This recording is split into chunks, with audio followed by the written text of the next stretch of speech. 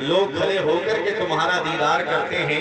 हजरत हाशिम फरमाते हैं लोग मुझे नहीं देखते हैं बल्कि मेरी पेशानी में जो नूरे मुस्तफ़ा चमक रहा है ये उस नूरे मुस्तफ़ा को देखते हैं। यही हजरत हाशिम है। मुल्क शाम तिजारत के लिए जा रहे थे, रास्ते में एक बाजार पड़ा जिसे यसरिब का बाजार कहते हैं। आज जिसको हम मदीना मुनव्वरा के नाम से जानते हैं, इसका पुराना नाम यसरिब है।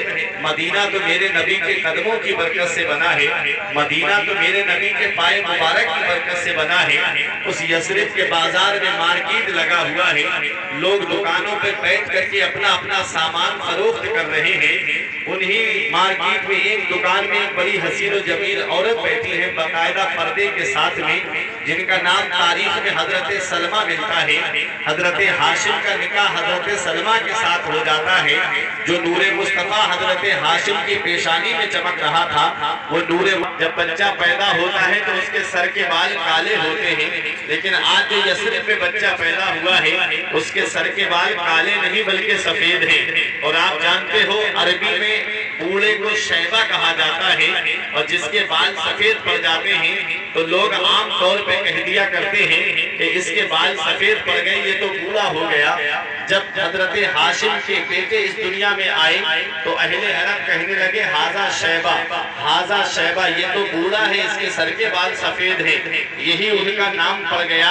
और तारीख बताती है यही हजरत शैबा हैं जिनको आगे चल करके हजरत अब्दुल मुत्तलिब के नाम से याद किया गया। यही हजरत शैबा हैं जिनको हजरत अब्दुल मुत्तलिब के नाम से जाना जाता है।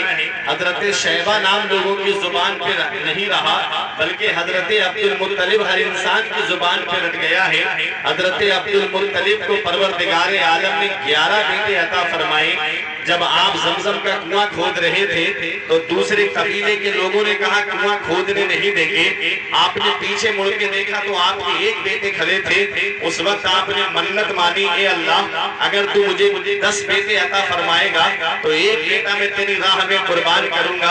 अल्लाह ताला ने 11 बेटे अता फरमाए और 11 जवान हुए।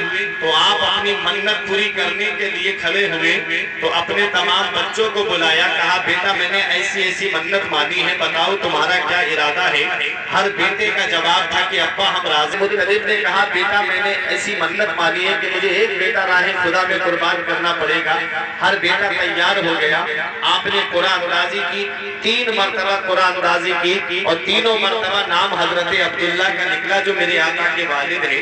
जब आप बेटे को कुर्बान करने ले जा रहे थे तो रास्ते में कबीले के लोगों ने रोक के कहा, ए सरदारे मक्का क्या कर रहे हो, ए हजरत अब्दुल मुत्तलिब क्या करने जा रहे हो, ए खाने काबा के मुतवल्ली अगर तुमने ये काम कर दिया तो फिर हर बाप को अपना बेटा कुर्बान करना पड़ेगा।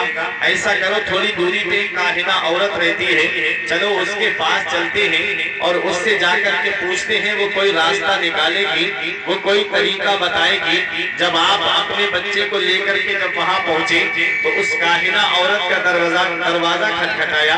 वो काहिना औरत बाहर निकल करके आई, सर पे चादर नहीं है, डंडे का सहारा लेकर आई।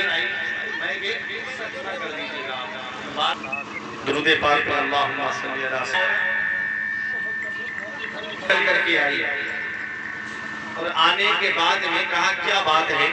सरदारे मक्का हजरत अब्दुल मुत्तलिब ने कहा कि मैंने ऐसी मन्नत मानी है, बता कोई तरीका कोई रास्ता, तू पुरानी किताबें पढ़ी हुई है।